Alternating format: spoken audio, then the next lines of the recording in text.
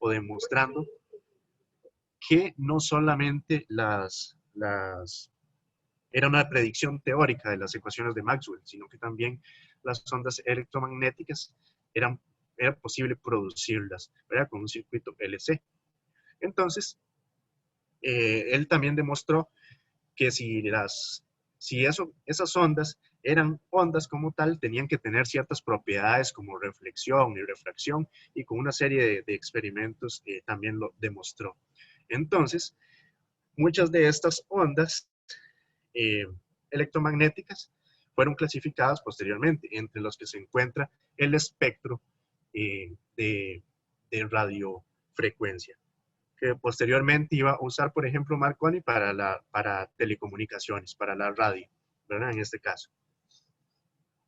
Entonces, la razón por la que este tema me pareció interesante traerlo acá, ¿verdad? Es porque yo trabajé para una compañía de la industria médica acá en Costa Rica, que es Boston Scientific, ¿verdad? Donde ellos, cerca del área donde yo trabajaba como ingeniero de producción, tenían un dispositivo, pues se producían un dispositivo que de hecho fue diseñado acá en Costa Rica por un equipo de investigación y desarrollo acá en Costa Rica, que se llama Cosman. El producto se llama Cosman, se llamaba por lo menos ahí, tiene otro nombre más técnico en la forma en la que se le vende al paciente, ¿verdad? Pero esto que ustedes están viendo acá es una aplicación a la medicina, y cómo una compañía como esta ha hecho un dispositivo portátil en la que se aplica directamente la física de radiaciones, ¿verdad? Este dispositivo lo que hace básicamente es producir ondas electromagnéticas en el rango de la radiofrecuencia para tratar dolencias en los nervios y en la espina dorsal y dolores crónicos, ¿verdad? Entonces, a mí me pareció interesante ver cómo no solo las radiaciones ionizantes son aplicadas también para tratamientos de enfermedades, ¿verdad? Entonces, y cómo también el campo de la física médica se ve aquí aplicado en lo que es el diseño de un dispositivo, ¿verdad? Propiamente, y que se hizo acá en Costa Rica, ¿verdad? Entonces, más adelante vamos a ver también por qué el producto se le conocía como Cosman.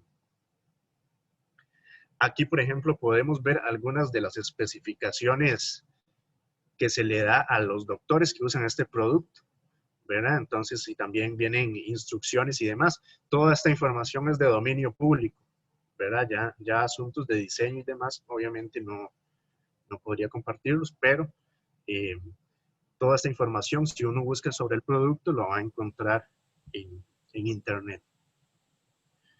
Entonces, ¿de dónde surge la idea de crear un dispositivo que use radiación de radiofrecuencia para el tratamiento de enfermedades? Pues bueno, resulta que las radiaciones no ionizantes también tienen influencia en los tejidos orgánicos, ¿verdad? No solo las radiaciones ionizantes lo tienen. Y básicamente lo que hace la radiación electromagnética de baja frecuencia, como lo son las ondas de radio y demás, es que genera un calentamiento en los tejidos, ¿verdad? Entonces, lo que hace, dependiendo de la frecuencia y de la cantidad de energía que deposite la onda en el tejido, va a incrementar la energía interna del tejido, ¿verdad? Lo cual se traduce en un incremento en la temperatura, ¿verdad? Una generación de calor. Entonces, de acuerdo con el cumplimiento de las normas de una entidad que se llama la Comisión Internacional de Protección contra Radiación No Ionizante, aseguras que los efectos de calentamiento son suficientemente pequeños para que no sean perjudiciales. Pero sí es importante que veamos acá que incluso las energías no ionizantes tienen efectos sobre los tejidos, ¿verdad? Entonces, la radiofrecuencia, como les decía, generalmente nosotros la asociamos con lo que es las telecomunicaciones, ¿verdad? La radiocomunicación, y nos imaginamos antenas y demás cuando nos hablan de ellas, ¿verdad? Ya que es la porción de menos energía, la que se encuentra entre los 3 kilohertz y los 300 gigahertz de frecuencia, ¿verdad? Esa es la definición como tal de radiofrecuencia. Sin embargo, eh, las ondas de radiofrecuencia son absorbidas por los tejidos y producen un desplazamiento molecular que modifica la temperatura interna.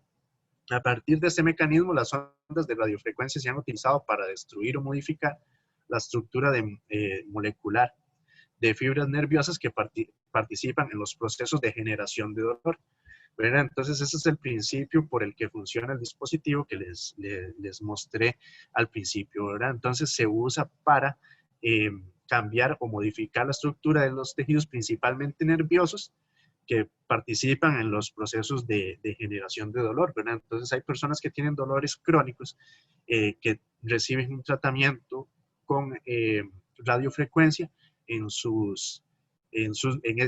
esos nervios para que entonces eh, para que entonces tratar su dolor de una forma poco invasiva, que esto es justamente lo que buscaba el dispositivo que les mostré al principio, ¿verdad? Fue diseñado acá y obviamente, mejorado y demás, pero no es una tecnología nueva, ni es algo absolutamente innovador como vamos a ver posteriormente. Obviamente sí tiene sus detalles en diseño que lo ha ido mejorando, pero no es una tecnología nueva ni es algo que se conozca recientemente, ¿verdad? Entonces, por acá vemos cómo es que funciona este tipo de tecnología y estos dispositivos, ¿verdad? Entonces, se hace una intervención, ¿verdad? Como los que vemos acá en la toma de rayos X, en las que el dispositivo se ingresa y se genera calor en las partes de los nervios, ¿verdad? Que destruye en parte el tejido o cambia la estructura molecular del tejido para atacar los nervios que justamente son los que generan dolores crónicos a largo plazo, ¿verdad? Entonces, aquí viene una definición interesante también para nosotros, ¿verdad? Y muy parecida a lo que hemos visto en este curso, que es el kerma, ¿verdad? Nada más que el kerma es una energía por unidad de masa. Aquí estamos hablando de una potencia por unidad de masa, ¿verdad? Se mide en watt por kilogramo, de hecho, no en julio por kilogramo. Y se llama la absorción, la tasa de absorción específica, SARA, ¿verdad?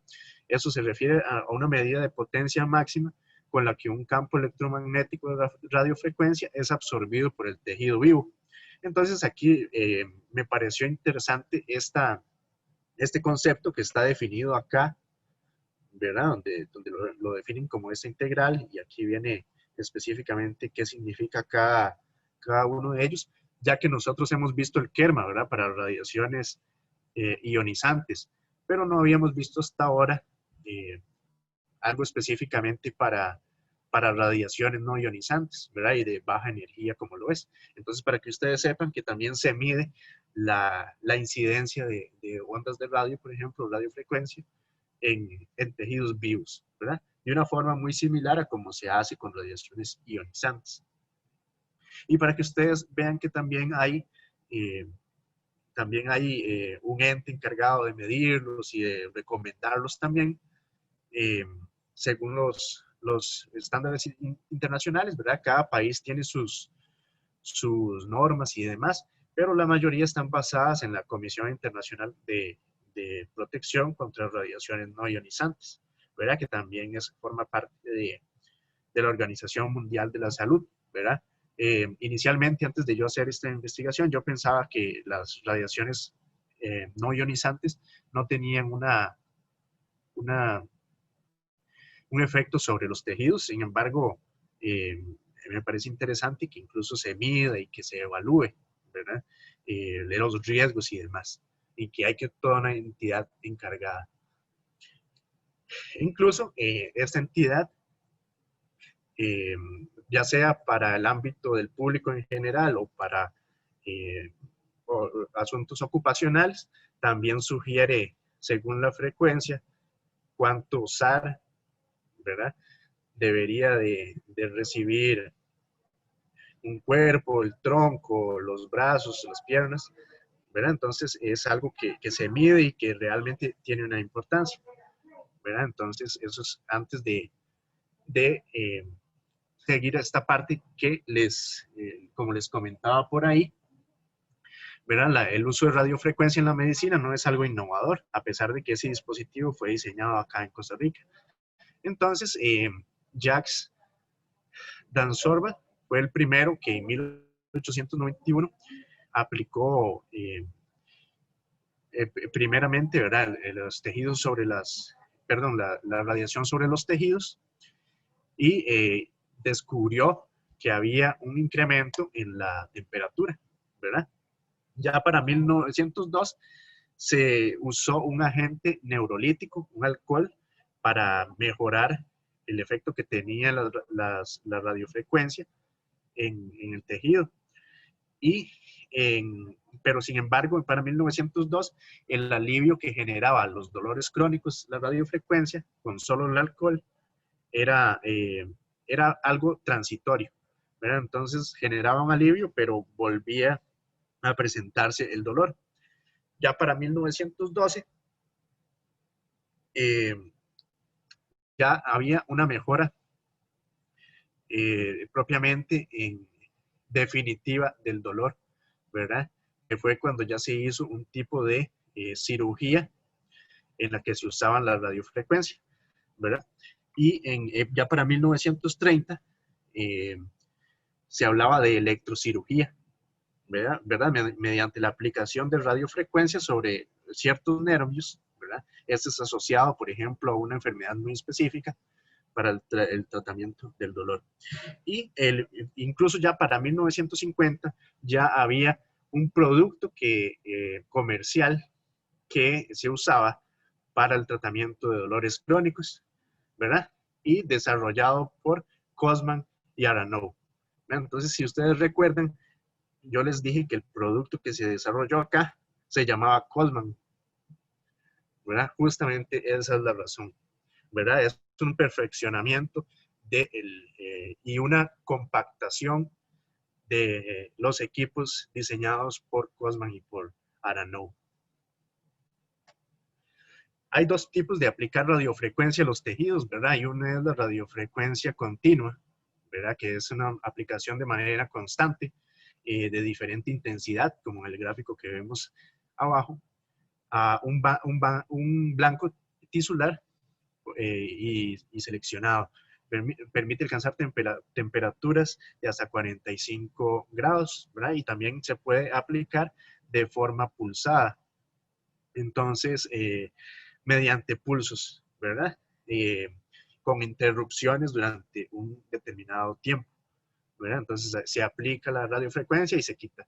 Se aplica y se vuelve a quitar, ¿verdad? Entonces, esos dos tipos de aplicación tienen efectos sobre los tejidos diferentes, como vamos a ver posteriormente, ¿verdad? ¿Y por qué se usa la radiofrecuencia para el tratamiento del dolor crónico? Pues bueno, con base en las investigaciones, se sabe que se generan campos electromagnéticos que tienen efectos fisiológicos en la membrana celular, pues modifican ya sea su estructura o composición, producen calor pero a temperaturas muy bajas, no destructivas, ¿verdad? Y entran en contacto con los tejidos por medio de ciclos de ondas que permiten entre ciclo y ciclo que el tejido se recupere del incremento en la temperatura, ¿verdad? Entonces permiten una recuperación como tal de los tejidos nerviosos, por ejemplo. Y esta forma de radiofrecuencia puede ser aplicada sobre cualquier estructura nerviosa sin producir daño estructural y sin dejar secuelas sensitivas o motoras. Este avance técnico fue perfeccionado, ¿verdad?, como les comenté anteriormente, por Cosman principalmente, ¿verdad? Entonces, como vemos acá, aplicar radiofrecuencia a los nervios, por ejemplo, les ayuda a generar un daño muy controlado, ¿verdad? Y sin afectar lo que es la capacidad sensitiva o motora del paciente, Por eso es que se usa radiofrecuencia, ¿verdad? ¿Y cuáles son las ventajas? Produce una lesión controlada, como les decía, la temperatura del electrodo puede ser controlada más fácilmente según la frecuencia de la onda. Se puede verificar la posición de la punta de la aguja mediante estimulación. El procedimiento requiere solo sedación o incluso anestesia local. Morbilidad baja, ¿verdad? Y la recuperación es rápida y hay un reintegro funcional prácticamente que de inmediato. Entonces es un procedimiento poco invasivo. De hecho, la empresa para la que yo trabajé se dedica a tratamientos poco invasivos e innovadores en la medicina, ¿verdad? Que al fin y al cabo es aplicación de la física y de la física de radiaciones, al fin y al cabo.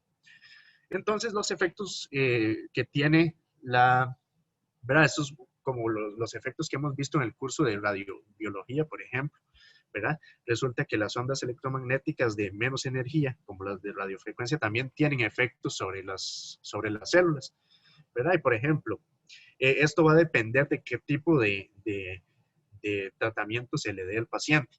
Si es un tratamiento de radiofrecuencia continua o pulsada. Y resulta que, por ejemplo, con la continua se ha encontrado que genera degeneración mitocondrial y la pérdida de la membrana nuclear. Y también la pulsada genera alteraciones mitocondrial leve, ¿verdad?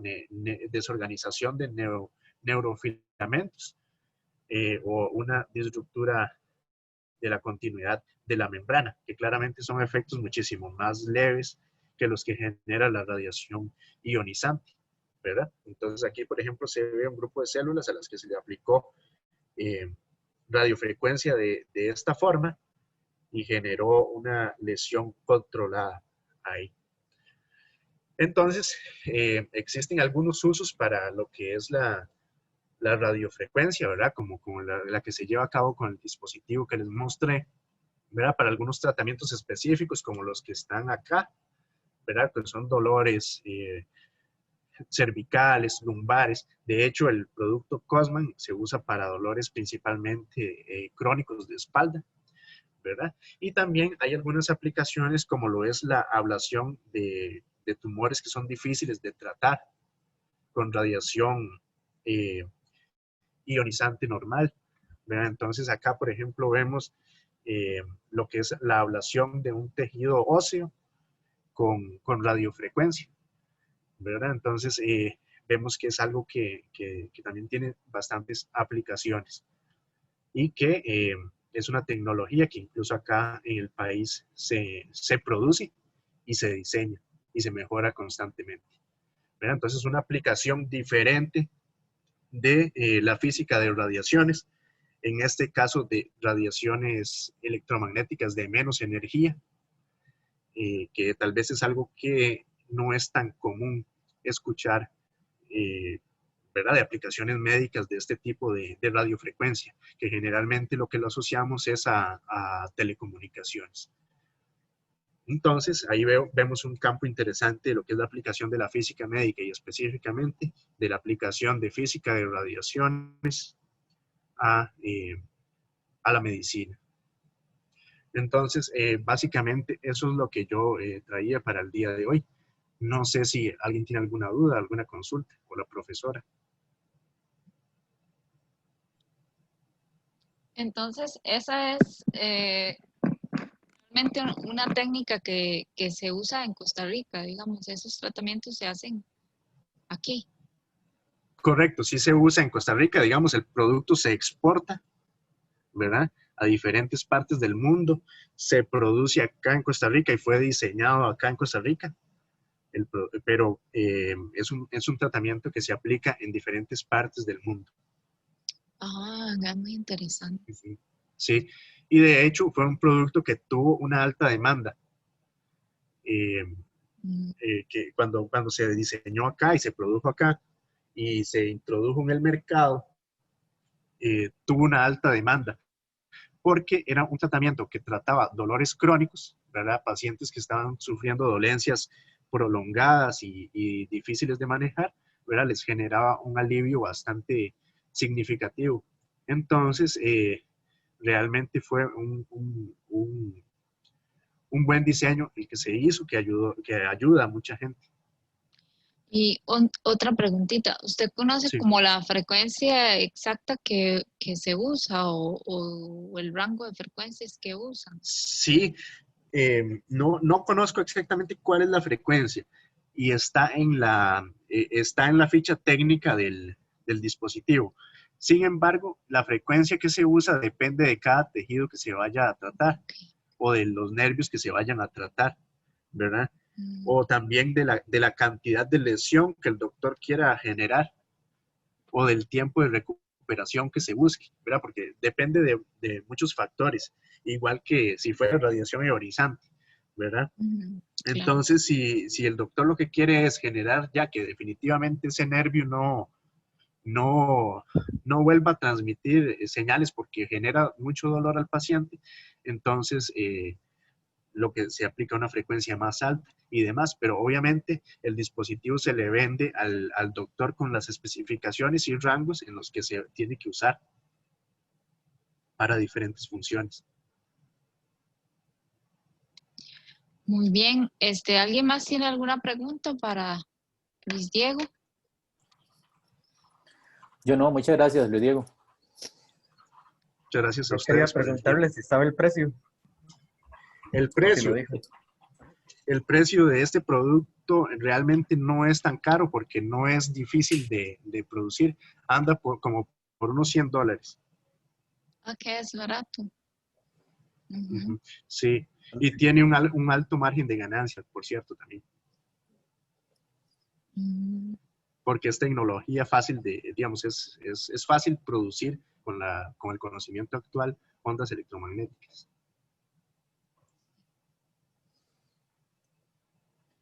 Muy bien. Ujú. ¿Algún otro? ¿Alguna otra pregunta? ¿Alguna otra persona?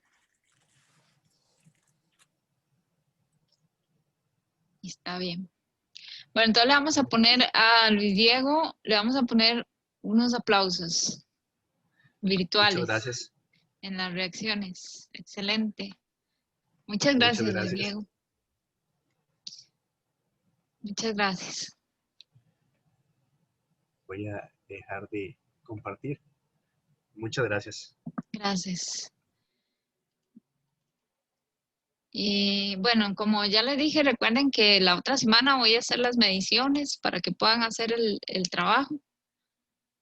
Y bueno, ahorita vamos a continuar con la unidad 7, con la unidad 6, que corresponde al capítulo 16 del libro ATICS que nosotros hemos estado estudiando.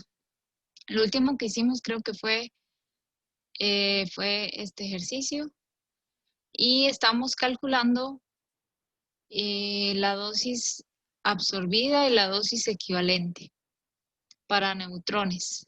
Entonces, muchas veces para este tipo de cálculos, cuando se calcula la dosis absorbida, se calcula tomando en cuenta, digamos, eh, no sé, como yo les mencioné la clase pasada, la interacción de los neutrones con el hidrógeno es una reacción muy importante. Entonces, por ejemplo, si ustedes ven para energía de un electronvoltio, la dosis absorbida es 5,89. Para 0,025 electronvoltios, la dosis absorbida es 4,68, ¿verdad? Por 10 a la menos 10 y aquí están unas unidades. Y aquí se ve que la dosis absorbida producida por la interacción de los neutrones con la captura de neutrones por hidrógeno. Entonces vean que es igual a 4 y la dosis total absorbida es 4,68, o sea, es como el 85% de la dosis corresponde a esta interacción. Ahora, si se incrementa la energía de la radiación a más de 1 megaelectronvoltio, entonces ya empieza a disminuir la contribución que se hace la captura por hidrógeno a la dosis absorbida total. Y así sucesivamente, tanto que al ser como 14 megaelectronvoltios la energía del neutrón incidente, la dosis absorbida es 83.1 y la dosis absorbida, la contribución que hace la captura por neutrones es 7.21. Van disminuyendo con la energía hasta hacerse prácticamente despreciable. Entonces, esos son algunos datos importantes de las dosis absorbidas. Estos son unos cálculos que se hicieron sobre una superficie cilíndrica. Ahora, cuando se tiene un campo mixto, que se tienen rayos gamma y también se tienen neutrones, ambos, los neutrones y los rayos gamma, son radiación indirectamente ionizante y que se atenúan de manera exponencial. Entonces ellos pueden generar otras reacciones de neutrón-fotón o los fotones pueden producir nuevos neutrones y otras reacciones secundarias. Sin embargo, las interacciones de los fotones que producen neutrones o que producen neutrones solo son posibles o significativas cuando la energía de los fotones es mayor a los 10 megaelectronvoltios. Para que se produzcan, digamos, los neutrones. Los neutrones tienen una mayor eficacia biológica que los rayos gamma y también en el cuerpo humano el principal productor de Kerman por neutrones es la dispersión elástica del hidrógeno, o sea, la absorción de neutrones por los átomos de hidrógeno, la captura por hidrógeno. Existe una ecuación para calcular la dosis para neutrones y rayos gamma, suponiendo que usted tiene un sensor que puede detectar ambos tipos de radiación. Tiene un dosímetro que detecta rayos gamma tanto como neutrones. Entonces, en este caso, digamos, existe lo que se llama la respuesta dosimétrica, que es la respuesta total debida a los efectos combinados de los rayos gamma y los neutrones. Y luego se tiene esta constante, que esta respuesta total es igual a A, que es una constante, por la dosis de rayos gamma más B por la dosis de neutrones. Entonces, la A es la respuesta por unidad de dosis absorbida en tejido para neutrones. Esa ya es como una característica del aparato relacionado con su sensibilidad para responder a los neutrones. Perdón, a los fotones. Este está al revés. Y B es la respuesta por unidad de dosis absorbida en tejido para neutrones. Entonces, A y B son parámetros que se pueden obtener de la calibración que se hace de los dosímetros, y a partir de conocer estos parámetros y conocer la respuesta dosimétrica total, se pueden determinar las dosis independientes de, si se quisiera, de los fotones y de los neutrones.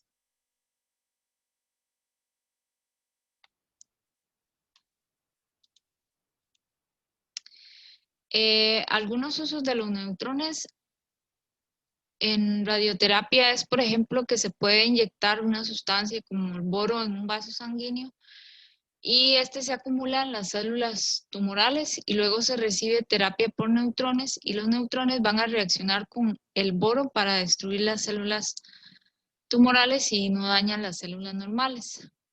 Y otro dato importante es que los aceleradores lineales que se usan para radioterapia producen, utilizan voltajes superiores a los 10 megavoltios y producen rayos X de alta energía por radiación de frenado.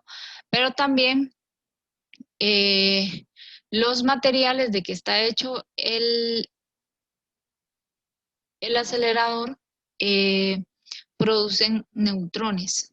En la cabeza del acelerador también dispersan neutrones y también algunos neutrones son transportados por todo el cuarto.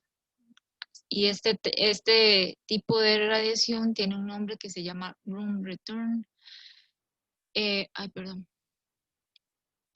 Entonces, es importante conocer y calcular la dosis de neutrones también en los pacientes que están bajo tratamiento, porque los neutrones tienen una gran efectividad biológica. Y también es importante por las personas que trabajan en el personal de salud, ¿verdad? Entonces, no sé si tienen alguna pregunta.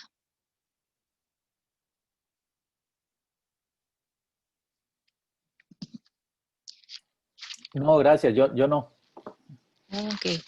Bueno, voy a revisar un toque la fórmula que me equivoqué con una fórmula y puse una A que era aquí en esta fórmula. Tengo que corregir esto. Este es para la A, es como la respuesta por unidad de dosis absorbida. Es para rayos gamma. Y la B es para neutrones, que es ahí como una especie de sensibilidad del aparato. Bueno, entonces ahora vamos a estudiar la siguiente unidad, la unidad 7. Ay, perdón.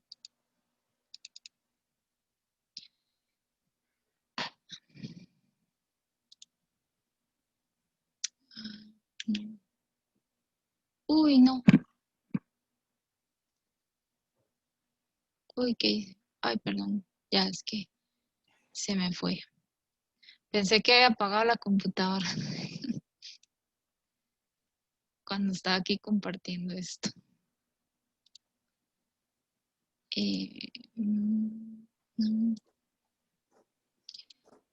Vamos a ver, entonces ahora sí vamos a ver la unidad 7, que es la radiación directamente ionizante. Esta radiación está formada por partículas cargadas que transfieren su energía directamente a la materia a través de la interacción de Coulomb. La interacción de Coulomb es como decir a través de la fuerza entre partículas positivas y negativas. Las positivas que están en el núcleo, las negativas, pues los electrones o también los positrones que se generan también en algunos procesos nucleares de producción de pares.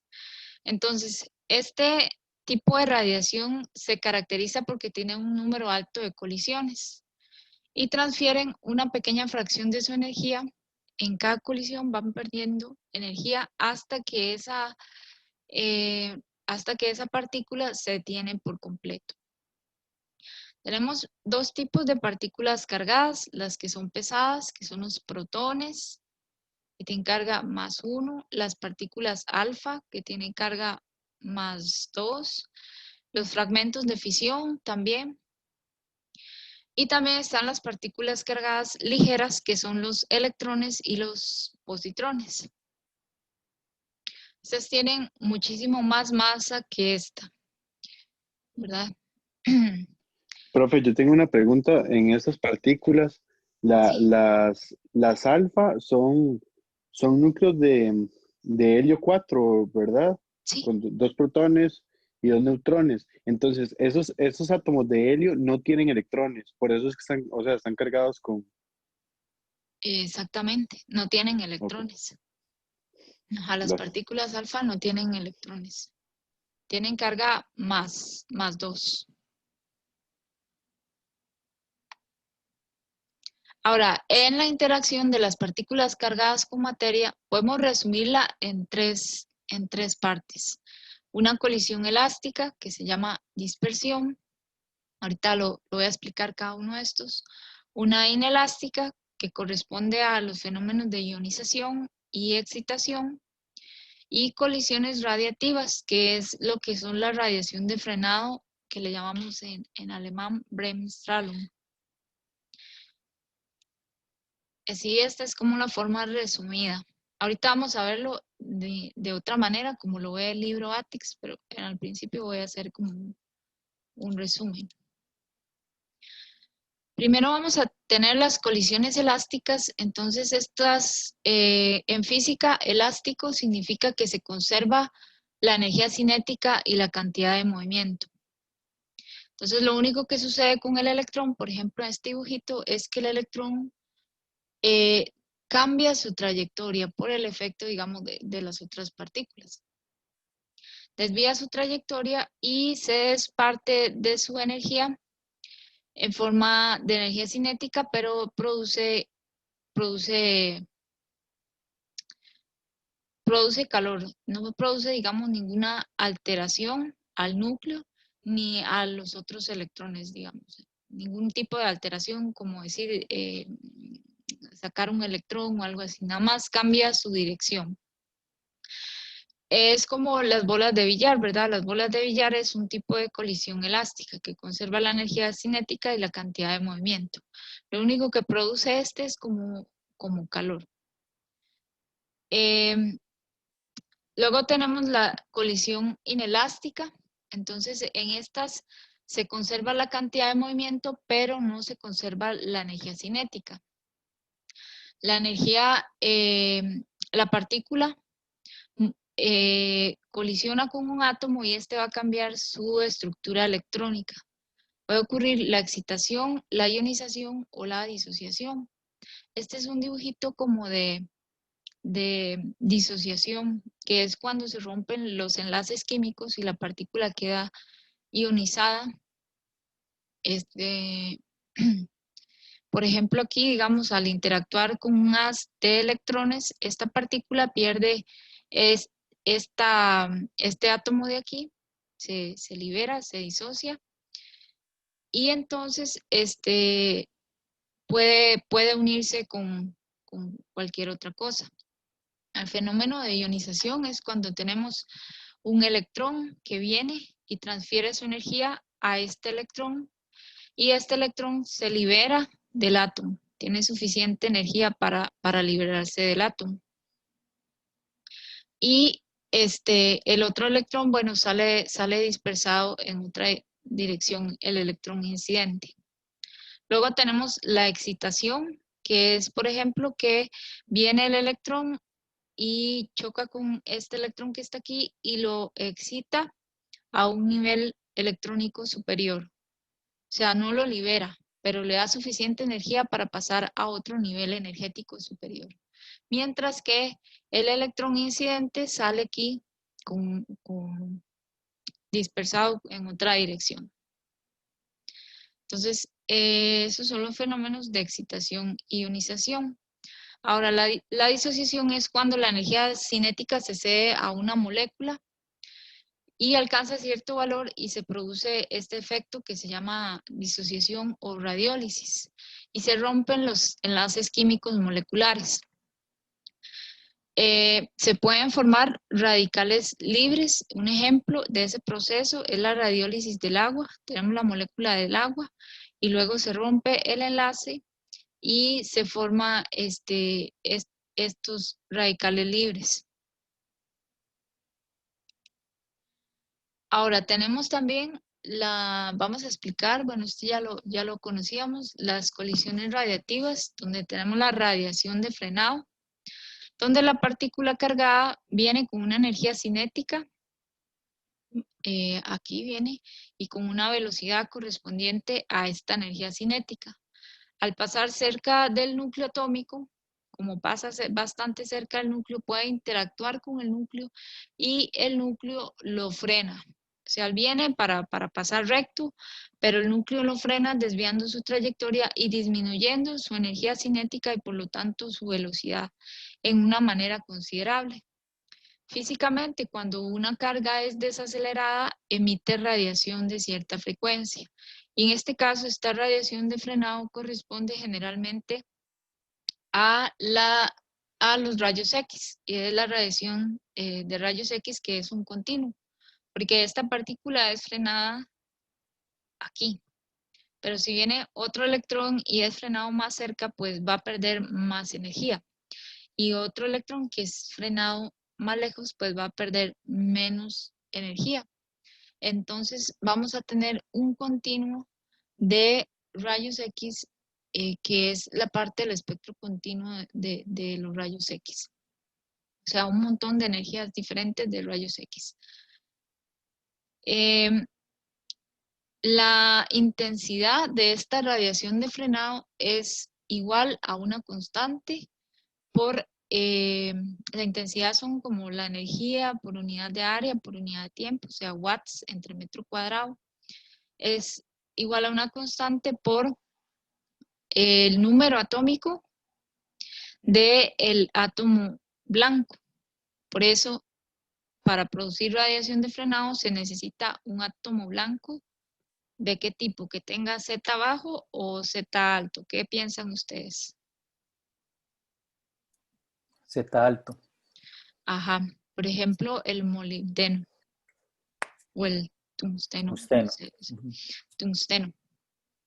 Luego Z es la carga del electrón, que corresponde a un valor de 1 en este caso.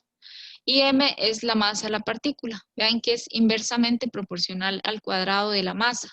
Eso quiere decir que a menor masa, mayor intensidad de la radiación de frenado.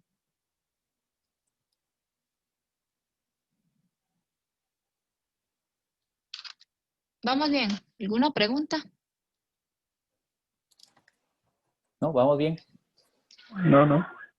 Bueno, ahora sí vamos a ver unas consideraciones relativistas. En este caso, los electrones y las partículas, protones de las que estamos hablando, muchas veces tienen energías cercanas, velocidades cercanas a la velocidad de la luz, ¿verdad? Que ya viene siendo más del 10% de la velocidad de la luz, como 10 a la 6, 10 a la 7, 10 a la 8. Entonces, las fórmulas clásicas para determinar, por ejemplo, la energía cinética no nos van a funcionar. Por eso vamos a estudiar esta fórmula de aquí. Entonces tenemos que este parámetro se llama beta. Beta es una relación entre la velocidad de la partícula y la velocidad de la luz. La fórmula relativista para la velocidad de la luz tiene que ser relativista porque ya estas velocidades son cercanas a la luz. Es igual a m0 por c cuadrado. M0 es la masa de la partícula. Muchas veces nosotros aquí en física de las radiaciones usamos muchas de las energías en megaelectronvoltios o kiloelectronvoltios. Entonces, estas masas de reposo, uno las puede calcular así como fácilmente, digamos como, por ejemplo, voy a explicar aquí, digamos, m por c cuadrado para el electrón sería como 9.11 por 10 a la menos 31 kilogramos. Por la velocidad c, 3 por 10 a la 8 al cuadrado. Y entonces eso me daría como, esto me da en unidades de julios. Si yo lo divido entre la carga del electrón, 1.602 por 10 a la menos 19, me puede dar la masa en reposo de la partícula en electronvoltios. En este caso, si ustedes hacen esa fórmula, les va a dar 0.511 aproximadamente megaelectronvoltios. Entonces, esta relación es la masa en reposo de la partícula. Les voy a enseñar una tablita que puse aquí. Vean, aquí. Ay, no, esperen. Aquí. Entonces, aquí en esta tablita que tiene el libro de nosotros encontramos la masa en reposo del muón, del pión, del protón, vea que es 938. La del neutrón, 939, del deuterón, tritón, la partícula alfa. Entonces ya están dadas en megaelectronvoltios y Z es como la carga de esas partículas. Por si acaso están haciendo este cálculo de energía cinética, no olviden este valor de aquí, que lo van a necesitar. Entonces, para calcular la energía cinética de las partículas, hacemos la masa en reposo por 1 menos la raíz de 1 menos beta cuadrado menos 1. Y si tuvieran que despejar la velocidad y encontrar más bien el factor beta, pues tomaríamos 1 menos 1, todo esto al cuadrado, y este t corresponde a la energía cinética de la partícula, y esta es la masa en reposo, más 1. Entonces van a hacer ustedes este ejercicio. Van a calcular para un protón de 10 megaelectronvoltios, van a calcular el valor de beta. Aquí les voy a poner esta tabla para que tomen un momento el dato de la masa en reposo del protón, 938.28. Entonces, tal vez ustedes van a hacer ese ejercicio.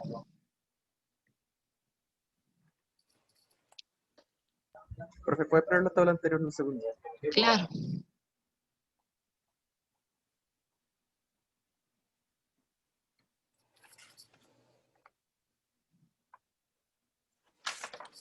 Gracias. Ujú. Aquí está la fórmula de la energía cinética. Ya regreso.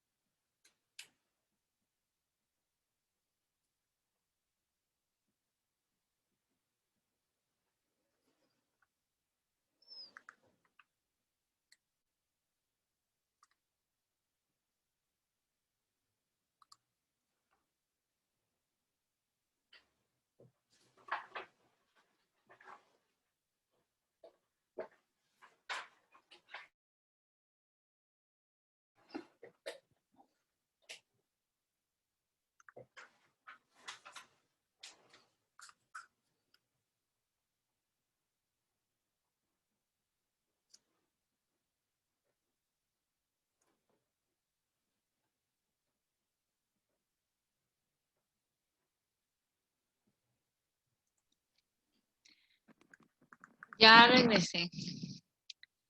Entonces ahí si quieren me pueden poner en el chat si ya lograron determinar el valor de beta para ese protón.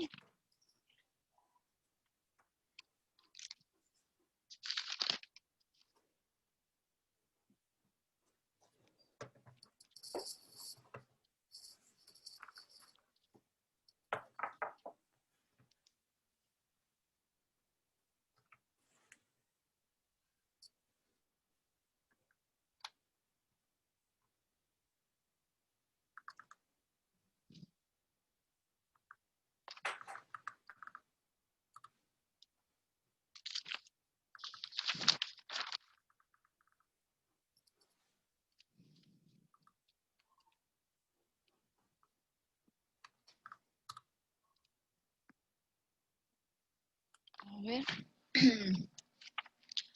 Vamos a ver el de Eric, sí, muy bien, 0,145.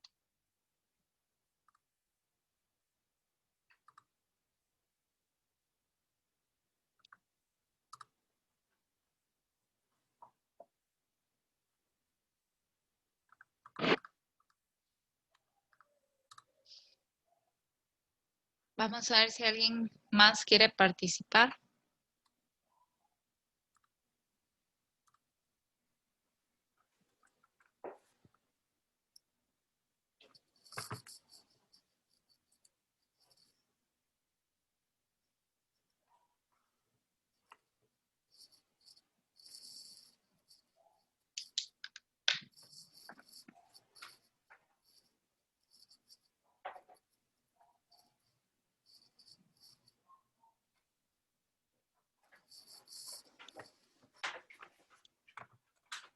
Muy bien, Natalia y Marvin también.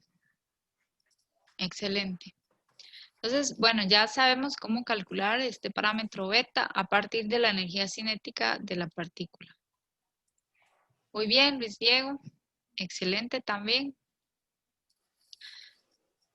Entonces, aquí tenemos, todos pudieron hacerlo, sí. ¿Alguien tiene duda? Muy bien, Luis Orozco, Luis Delgado y Oscar, muy bien. Entonces, ahora vamos a necesitar conocer el parámetro beta y a partir de la energía cinética de las partículas incidentes. Entonces, según el libro que nosotros seguimos, hay diferentes tipos de interacciones entre las partículas cargadas y se pueden caracterizar en términos de un parámetro de impacto que se va a llamar B, que va a ser como la distancia desde el núcleo hasta donde está la trayectoria la trayectoria recta o rectilínea de la partícula cargada. A va a ser el radio del átomo y entonces en términos de estos dos parámetros vamos a caracterizar los tipos de interacciones. Primero vamos con las colisiones suaves y perdón, está al revés. B es mucho mayor que A, o sea que el parámetro de impacto está o sea, la partícula está bastante lejos del el átomo. Entonces pasa a una distancia considerable del campo de Coulomb y produce una distorsión. Puede producir una distorsión, una excitación o una ionización, que son lo que la excitación y la ionización lo vimos antes en las colisiones inelásticas. Ahora, el efecto neto es que va a haber una transferencia de energía al átomo. Y en medios sólidos y líquidos se produce lo que se llama una polarización. Polarización es cuando el medio adquiere como una carga, como que las partículas tienen una polaridad, bueno, tienen, no sé, átomos o moléculas, y a un lado se puede poner de la molécula positivo y otro lado negativo. Entonces, cuando pase la partícula cargada en el medio, el medio se va a polarizar, todas las moléculas van a tener un lado positivo dirigido en una dirección y un lado negativo en otra dirección, y el medio va a quedar polarizado.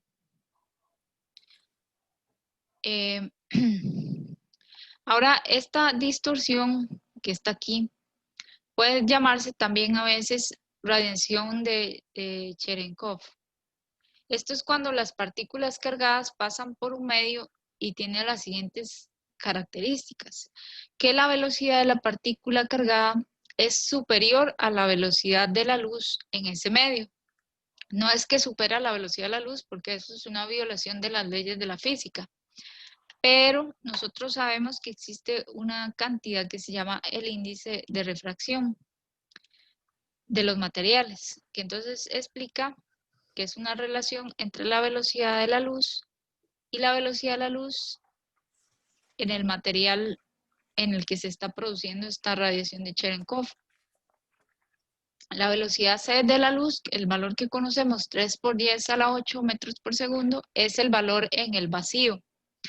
Pero la luz se propaga con valores mucho menores en medios que tienen índices de refracción pues diferentes. Entonces, en un medio como el agua, la velocidad va a ser menor que en el del vacío. Igual en un cristal o en un diamante o en cualquier otro medio, se propaga con una velocidad mayor. Entonces, si el electrón o el protón o la partícula que está cargada pasa con una velocidad que es superior a la que tiene la velocidad de la luz en este medio, se va a producir este tipo de radiación, que es parecido a las ondas de choque cuando un avión supera la barrera del sonido. Se produce una onda de choque hacia atrás y en este caso el efecto es que se va a producir un brillo azulado característico que se ve en los reactores nucleares en general. Y solo pueden ocurrir, digamos, en el caso que las partículas cargadas viajen en un medio distinto que el vacío, ¿verdad? Porque la velocidad en otros medios es menor que la del vacío. Entonces, como ya lo dije, es como una onda de choque. Entonces vamos a ver las siguientes imágenes. Este es como un reactor nuclear. Aquí están, digamos, como las barras, aquellas moderadoras. Y se ve como un color azulado, es el color característico de la radiación de Cherenkov. Entonces, podemos ver esta imagen de aquí y vemos a la partícula pasando en color rojo a través del medio. Entonces, ¿qué es lo que va a ocurrir? Va a ocurrir como una polarización. Y esta polarización del medio cuando, o sea, como que todas las partículas van a alinear su lado positivo, o todas las moléculas van a alinear su lado positivo o sus dipolos en una dirección y luego se desordenan y emiten ese tipo de radiación. Entonces, la partícula cargada supera la velocidad de la luz en el medio y se produce como este tipo de ondas. Y la onda va dirigida hacia atrás de la trayectoria de la partícula. Se forma un frente de onda en forma de cono, como cuando un avión supera la velocidad del sonido. Entonces se forma este tipo de estructura. La radiación de Cherenkov es emitida en un ángulo relativo a la dirección de la partícula. Entonces es este ángulo. Y forma un frente de onda cónico de 90 menos, no, perdón, ese no era el ángulo, 90 menos el ángulo este detrás de la partícula. El ángulo del cono es 90 menos, ¿cómo se llama esta letra? No es epsilon, pero voy a decirle epsilon. Entonces, el ángulo que forma con respecto a la dirección de la partícula es este epsilon y está dado por el arco coseno de 1 entre beta por el índice de refracción del material. N es el índice de refracción del material. La energía de la radiación de Cherenkov es menor al 1% de la que se gasta en la ionización o excitación. Entonces, esta no tiene ninguna importancia en física radiológica, pero la menciono. Vamos a hacer un ejercicio de un electrón de 200 kiloelectronvoltios que pasa a través de una muestra delgada de silicio para el cual el índice de refracción es 1.46. ¿A qué ángulo es emitida la radiación de Cherenkov relativa a la dirección del electrón? Entonces vamos a determinar el ángulo al que es emitida la radiación de Cherenkov. Este ángulo epsilon. Aquí. Entonces, tal vez yo voy a determinar el parámetro beta y ustedes hacen pues todo lo demás. Yo lo voy a hacer en mi pizarra, es muy fácil. Yo voy a terminar beta y ustedes determinan lo demás. Nada más que sí necesito ver la fórmula. Entonces la energía cinética, bueno, la fórmula para beta es 1 menos 1 entre T sobre M 0 sobre C cuadrado más 1 al cuadrado y la raíz de todo esto. Entonces, vamos a ver, el problema es para un electrón, ¿verdad? Entonces, T sobre M C cuadrado serían 200 kiloelectronvoltios, lo va a pasar a electronvoltios. Y la masa en reposo del electrón es 0.511 megaelectronvoltios. Mega es 10 a la 6. Entonces, Paso ambas cantidades a electronvoltios para no fallar. Y entonces aquí hago pues esta división. Me da 0.391. Este factor de aquí. Entonces ahora sí voy a calcular el beta. Lo voy a calcular de una vez.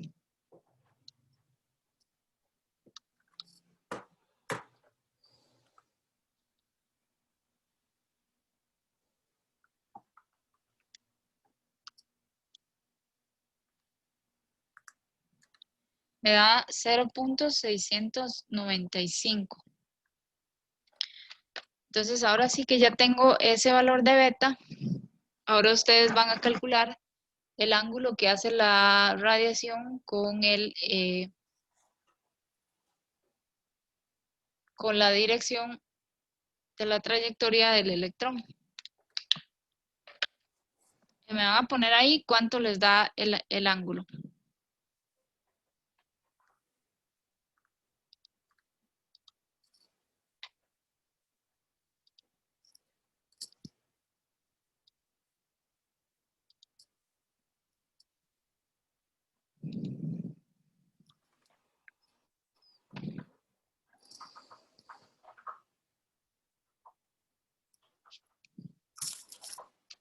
Y me ponen en el chat la respuesta. Y Xiomara, perdón, ¿podrías devolverte una diapositiva más? Ahí. Gracias, sí.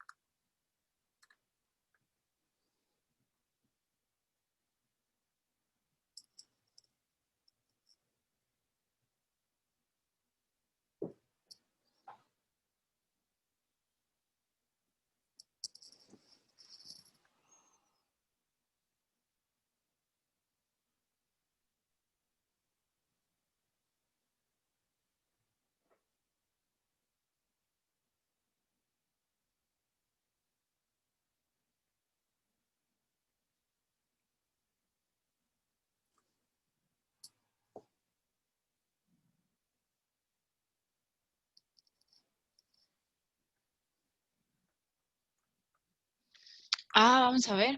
Ya tenemos una respuesta. Eric, 80.24. Ajá. Sí, da el complemento a 80.24.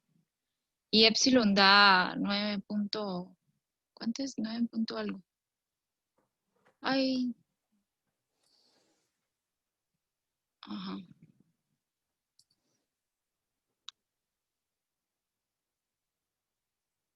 Ajá, 9.76. Muy bien.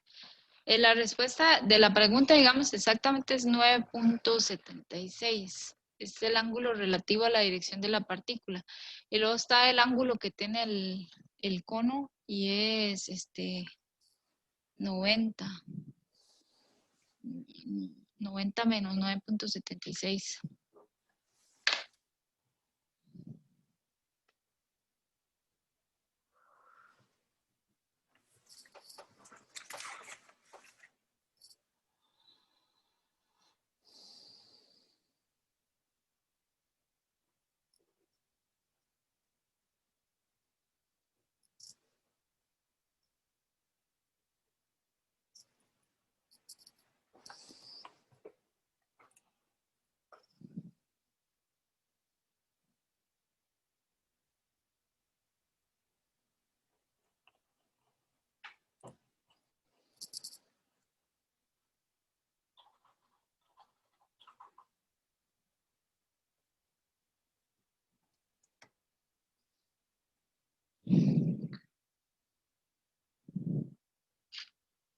Vamos a esperar a ver si alguien más tiene el resultado, alguien más quiere participar.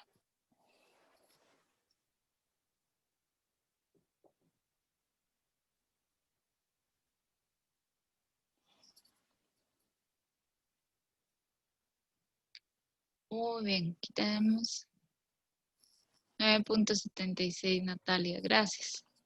Entonces, ¿alguien tiene dudas de esto?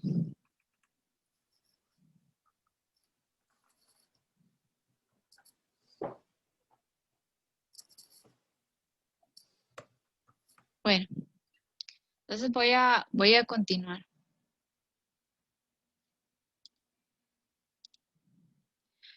Luego tenemos, bueno, tenemos las colisiones suaves, luego tenemos las colisiones fuertes, cuando el parámetro de impacto es muy cercano al tamaño del radio del átomo. Entonces, en ese caso, suceden los fenómenos, por ejemplo, que los electrones de la capa interna del átomo son expulsados, ionizados, y se puede producir los rayos X característicos cuando queda un hueco en la capa K o la capa L, que son las capas más internas de la estructura del átomo. Luego viene otro electrón a ocupar su lugar y se producen rayos X, o se puede producir el efecto Oyer, que es que cuando cae ese otro electrón para ocupar ese campo vacante, se producen los rayos X, pero hay otra opción, que cuando cae el electrón a ocupar la vacante, la energía se la transfiere a otro electrón que es expulsado del átomo con una gran energía cinética, y ese se llama el efecto Oyer, que ya lo habíamos estudiado antes.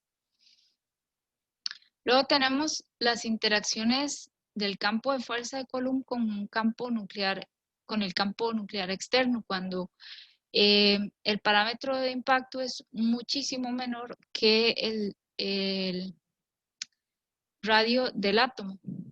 Entonces, un ejemplo de esto es cuando el electrón sufre radiación de frenado. Es frenado fuertemente por el núcleo, porque está, digamos, muy cerca del núcleo. Entonces es capaz de ser frenado por la interacción con el núcleo y emitir la radiación que se denomina Bremsstrahlung, que era lo que estábamos hablando antes. El espectro continuo de rayos X. Y luego tenemos la interacción de una interacción nuclear de partículas pesadas cargadas. Por ejemplo, como las partículas alfa, como los protones o como los fragmentos de la fisión. Si la partícula tiene energía suficiente suficiente o mayor a 100 megaelectronvoltios y el parámetro de impacto es mucho menor que el radio del átomo, entonces interactúa inelásticamente con el núcleo perdiendo energía. El núcleo queda en un estado excitado y emite unas partículas que se denominan partículas de evaporación, que tienen muy poca energía, y luego rayos gamma. Tenemos un ejemplo, tenemos protones de 100 megaelectronvoltios que inciden sobre 5 gramos entre centímetro cuadrado de grafito y que depositan en promedio solo el 2.5% menos de lo que se depositaría si no hubieran interacciones nucleares. Entonces, eso ocurre, digamos, en un bajo porcentaje.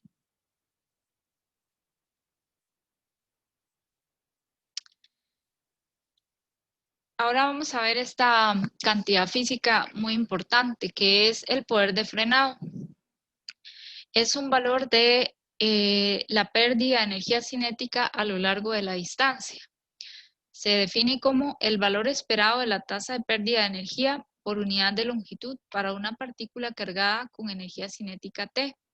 Para nosotros la energía cinética se representa con la letra T, en un medio de número atómico Z. las unidades del poder de frenado son megaelectronvoltios entre centímetro o julios entre metro. Entonces es la energía cinética entre la distancia, la pérdida de energía cinética a lo largo de la longitud. También se puede usar el poder de frenado dividido por la densidad.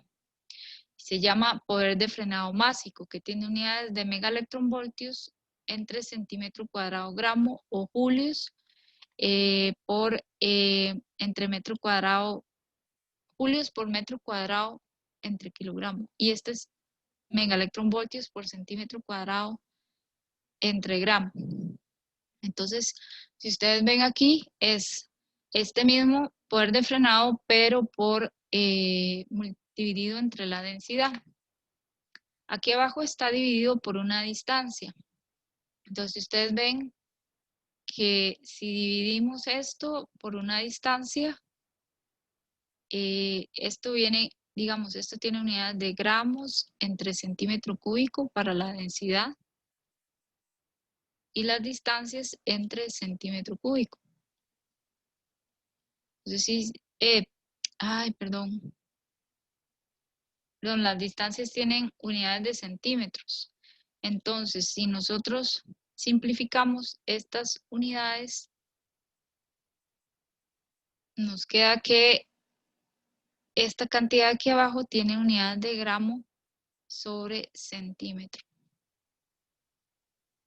¿Alguien se acuerda cómo se llama esta unidad? Que me pueda poner en el chat. Como la densidad por la longitud. Se me olvidó, pero ¿alguien sabe? Espera para ver si lo apunté.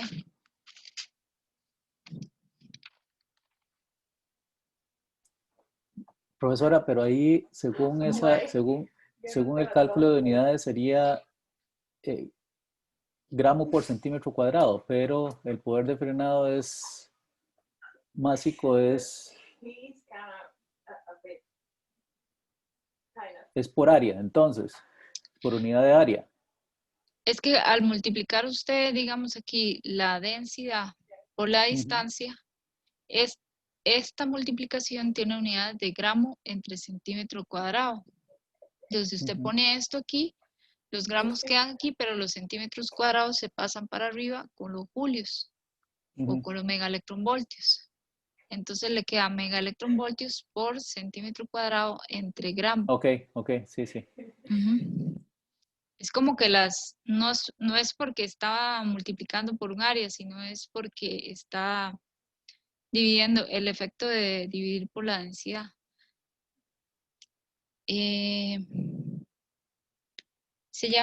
¿Cómo se llama el espesor? ¿Alguien se acuerda? ¿Cómo se llama este espesor? Densidad por distancia.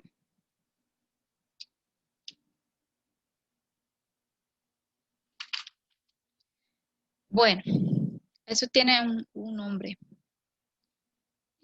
Voy a borrar esto. Ajá.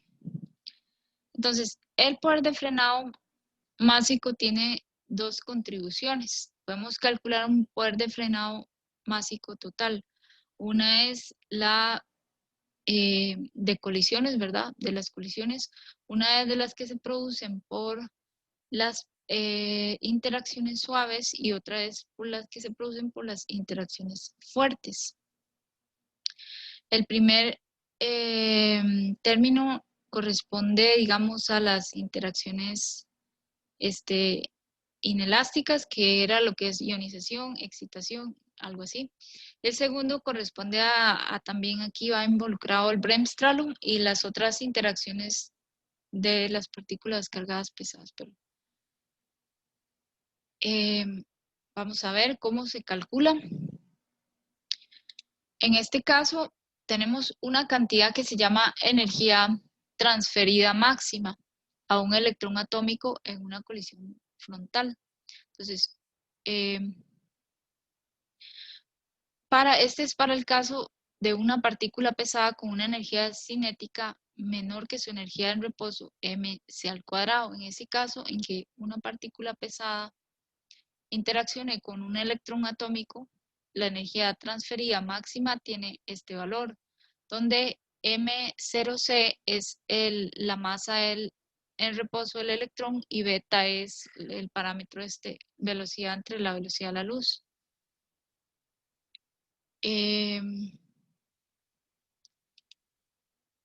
Vamos a ver, entonces ahora este parámetro de la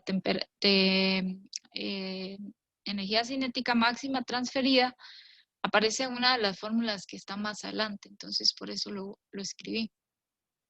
Tenemos esta fórmula de Bethe, no sé cómo se pronuncia, para las colisiones suaves. Entonces, en ese caso, el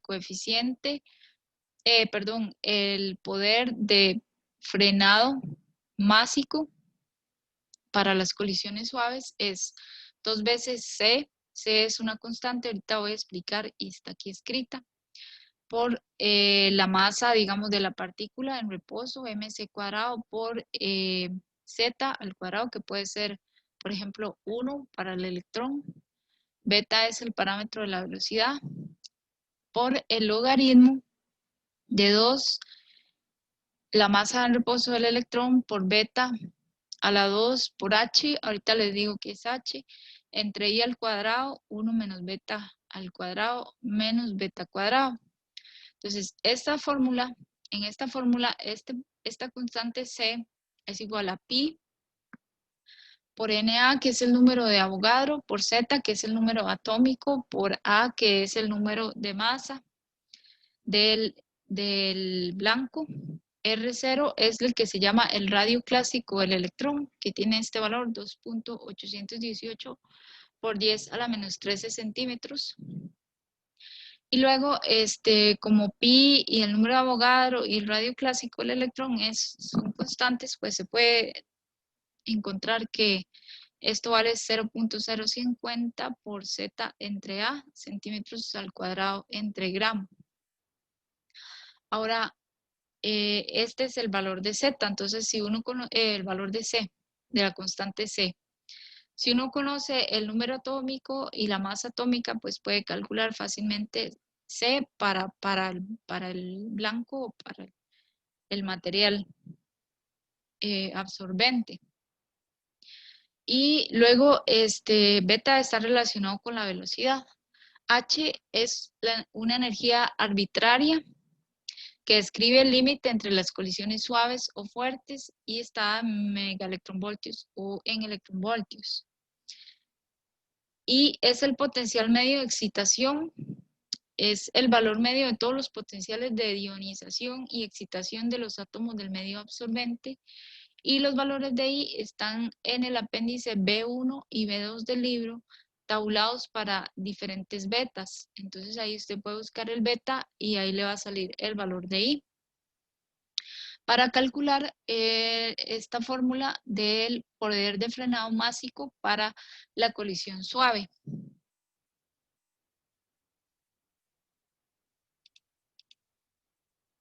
Ahora hay un término de la colisión fuerte para el poder de frenado másico.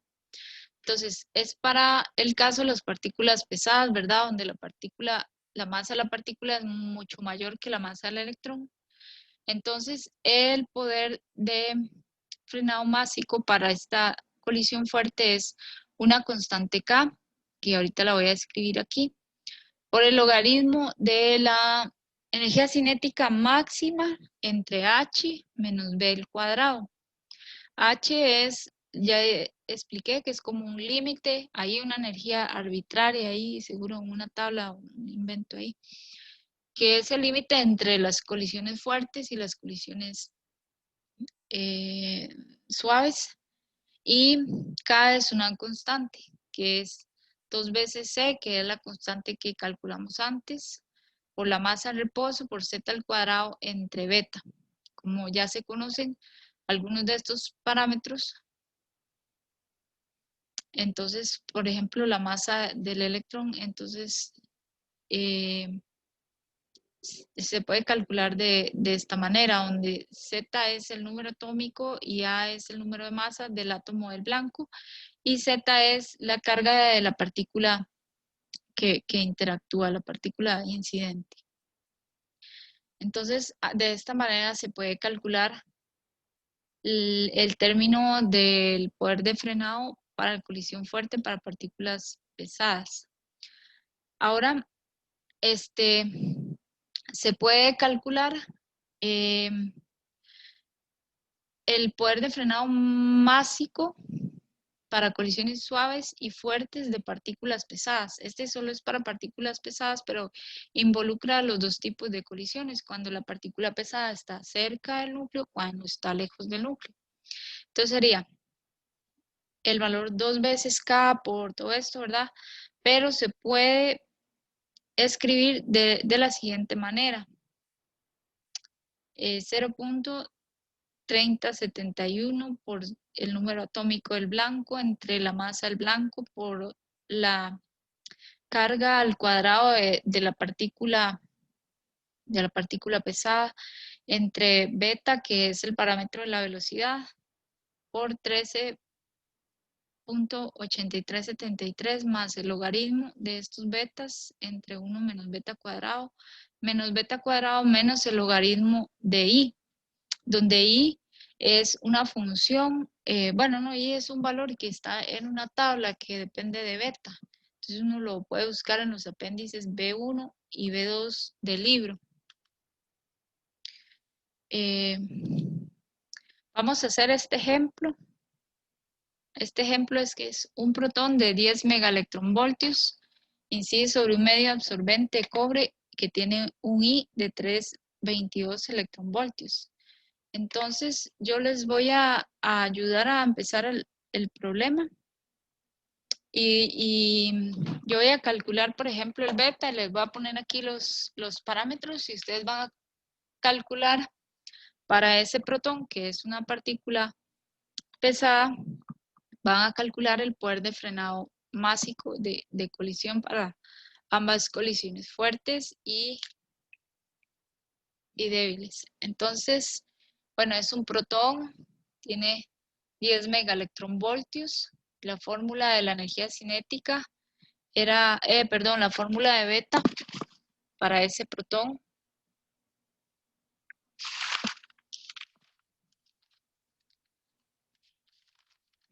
La fórmula de beta era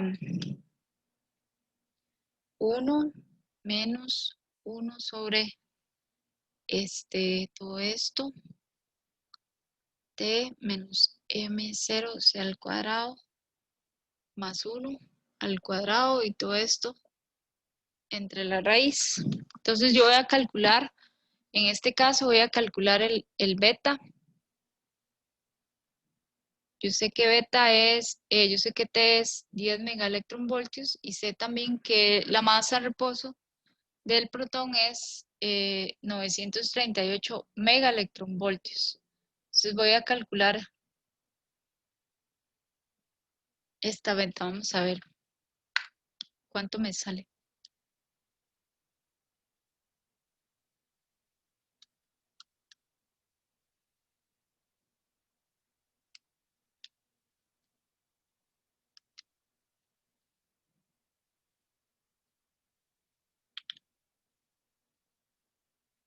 A mi beta me salió 0.145.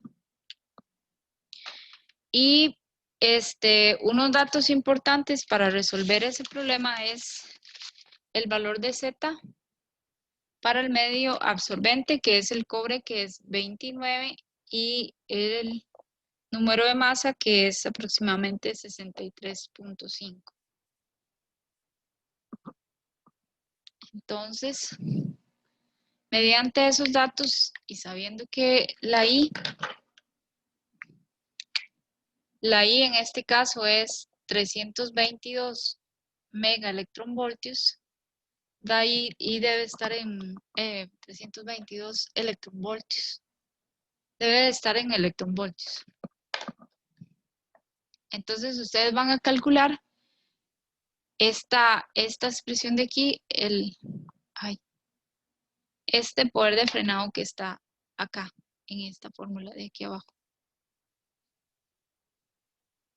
el poder de frenado másico.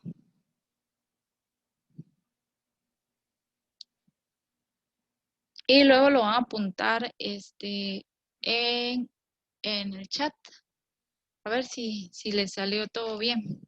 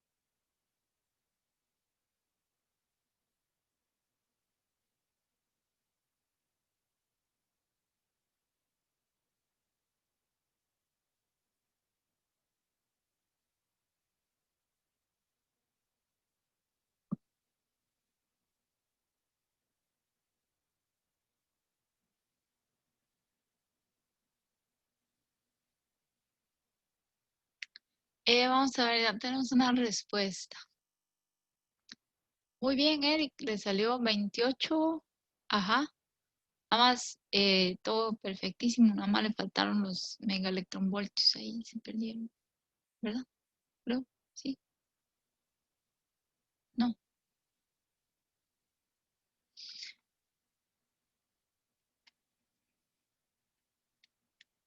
Excelente. Nada más ahí, esos cálculos sí, de repente sí hay que estar como buscando en tablas y aquí y allá. Pero bueno, ya sabemos cómo se hace. Vamos a ver si alguien más quiere participar con su resultado.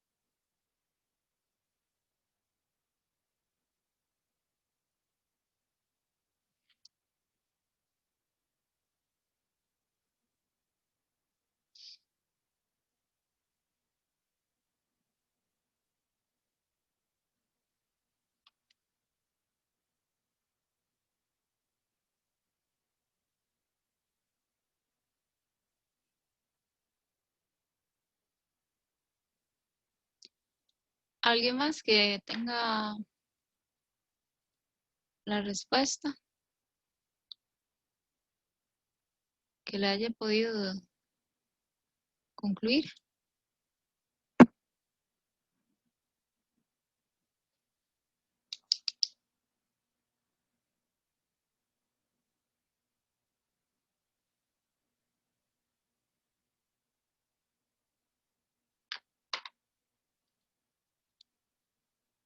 Muy bien, Natalia, muchas gracias.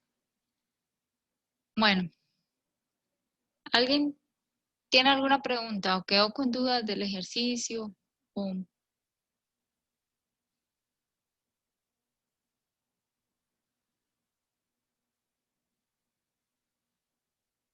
todo bien, entonces. Profe, las unidades son MEF por centímetro cuadrado entre gramo. Sí, MEP por centímetro cuadrado dividido entre gramos. Ujú, ujú. Se supone que sí, cuando hicieron esta cosa de aquí, las energías esas o todo lo que estaba metido ahí está en megaelectronvoltios. Ellos le ponen los factores de conversión y eso, para que salgan megaelectronvoltios. O cuando multiplican las masas en reposo y así está en megaelectronvoltios.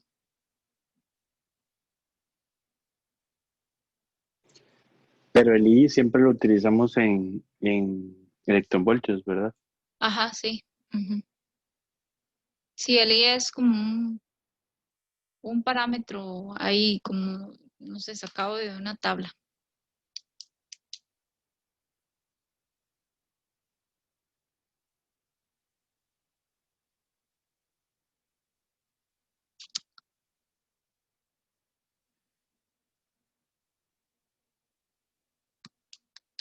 ¿Alguna otra pregunta?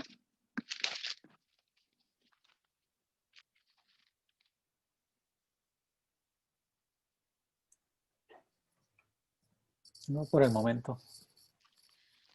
Bueno, entonces aquí vamos a concluir la clase de hoy. Ok. Y estamos ahorita en el capítulo 8 del libro Atix. Y la unidad anterior era el 16. Entonces, por si quieren ahí verlo. Muy bien. Muchas gracias, profe. Nos vemos la otra Muchas semana gracias. si quiere. Diego Mora, esta es la próxima exposición de la otra semana, ¿verdad? El viernes. Sí, el viernes expongo. Sí. Muy Muy bien. Hasta luego. Gracias. Hasta luego. Bueno, hasta Chao. luego a todos. Nos vemos Chao. semana. Chao. Hasta luego, Luis. Hasta luego.